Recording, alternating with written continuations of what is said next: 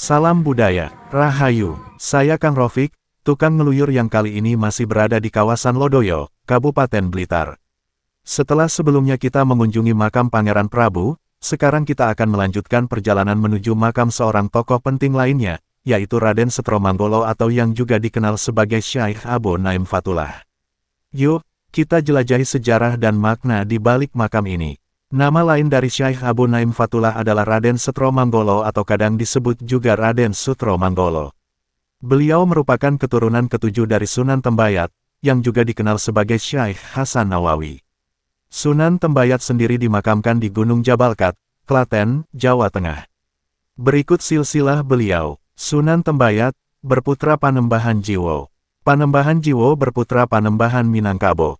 Panembahan Minangkabau berputra Panembahan Masjid Wetan. Panembahan Masjid Wetan berputra Pangeran Wuragil. Pangeran Wuragil berputra Raden Ragil Sedokomuk. Raden Ragil Sedokomuk berputra Raden Setro Manggolo atau Syekh Abu Naim Fatullah. Makam Raden Setro Manggolo berada di arah barat area makam Sentono, tepatnya di selatan sungai. Kawasan ini dikenal sakral karena juga menjadi tempat peristirahatan leluhur lainnya, termasuk kakak beliau, Raden Ragil Sidik atau yang lebih dikenal dengan nama Eyang Sidik. Di area makam Sentono ini, selain makam Raden Setro Manggolo, terdapat makam-makam tokoh penting lainnya, seperti Pangeran Prabu, putra Keraton Surakarta yang membawa gong Kiai Pradah, Ki Ageng Ronggo Lodoyo, Wedono Lodoyo, Raden Sutojoyo, cikal bakal Dusun Sutojayan, Zuriyah Sultan Abdul Hamid, keluarga Mataram, dan masih banyak tokoh lainnya. Raden Setro Manggolo tidak hanya dikenal sebagai keturunan Sunan Tembayat, tetapi juga sebagai sosok yang membawa pengaruh besar dalam pengembangan ajaran Islam di kawasan Blitar dan sekitarnya.